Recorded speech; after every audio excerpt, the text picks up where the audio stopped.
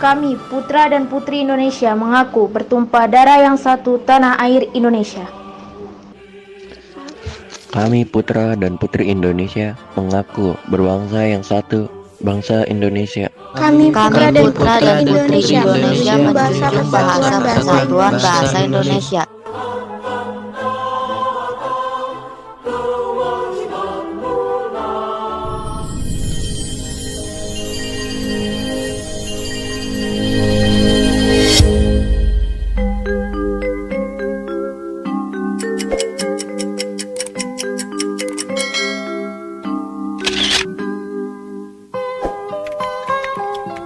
Assalamualaikum warahmatullahi wabarakatuh.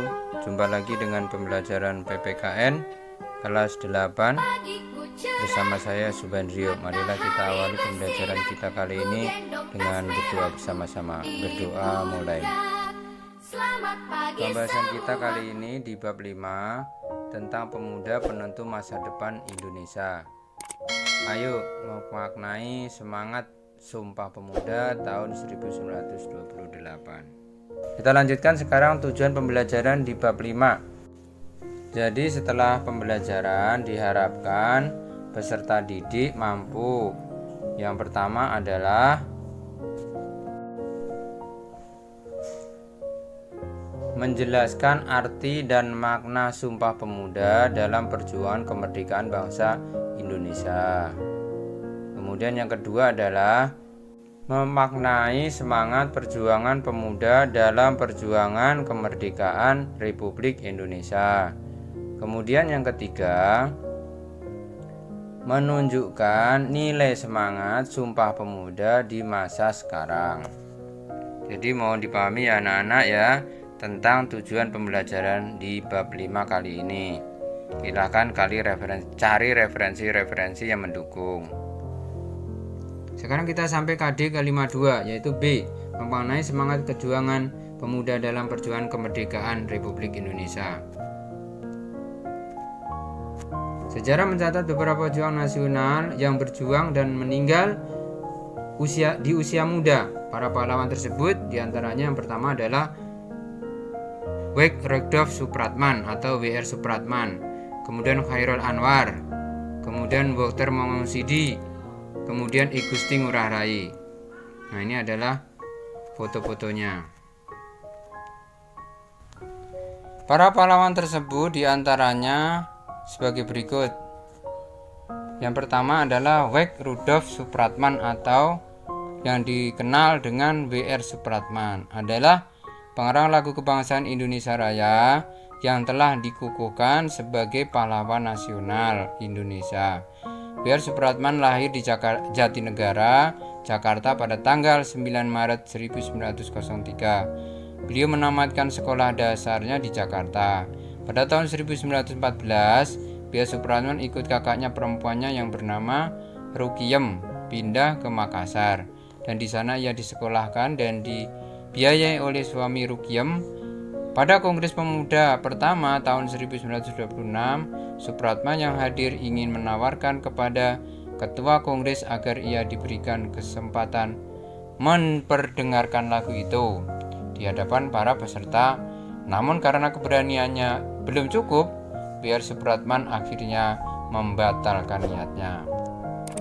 Baru pada Kongres Pemuda yang kedua, pada malam penutupan, W.R. Supratman dengan gisikan biolonya mengiringi sebarisan paduan suara membawakan lagu Indonesia Raya. Sebelum merdeka sangat sulit untuk menyanyikannya. Maraknya peredaran lagu Indonesia Raya ini membuat W.R. Supratman sering diintegrasi Intel Belanda. W.R. Supratman meninggal pada tanggal 17 Agustus 1938 dikarenakan sakit. Selain lagu Indonesia Raya, ia juga menciptakan Matahari Terbit.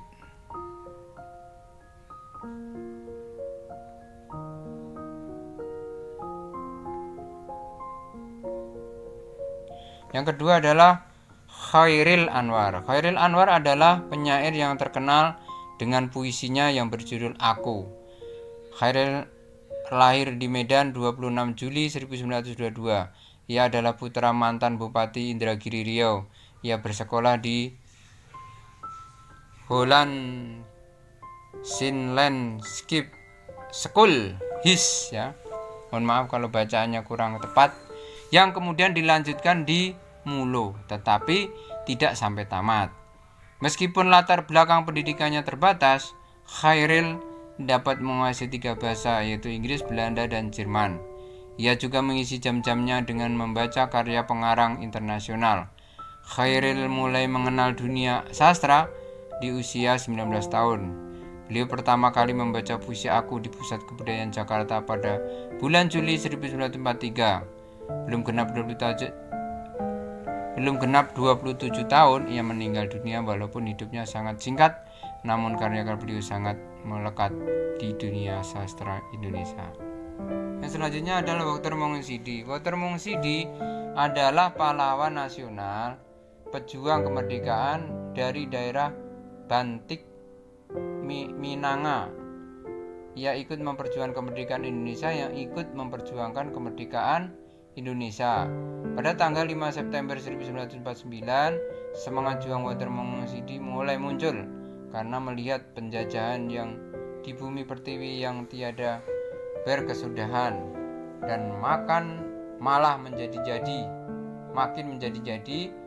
Ia melawan penjajahan, tidak ada rasa takut demi memerdekakan bangsa Indonesia. Sebagai pemuda yang pantang menyerah dan memiliki semangat juang tinggi, ia tak lantas putus asa dan menyerah begitu saja. Dr. Mongsidi menulis banyak rangkaian kata penuh makna yang menunjukkan kecintaannya terhadap Ibu Pertiwi. Ia dianugerahi pemerintah Indonesia bintang gerilya pada tahun 1958. Adapun nilai-nilai luhur yang terkandung dalam Sumpah Pemuda adalah sebagai berikut. Yang pertama adalah cinta bangsa dan tanah air. Kemudian persatuan. Kemudian yang ketiga adalah sikap rela berkorban. Yang keempat adalah mengutamakan kepentingan bangsa. Kemudian dapat menerima dan menghargai perbedaan. Kemudian yang keenam adalah semangat persaudaraan. Kemudian yang ketujuh adalah meningkatkan semangat gotong royong atau kerjasama.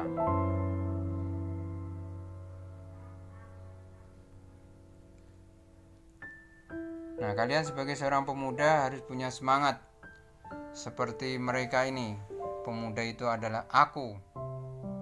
Ya, kita harus saling, anak gaul sekarang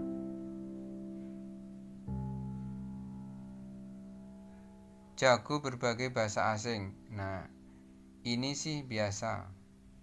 Bisa bercakap berbagai bahasa daerah, itu baru anak gaul.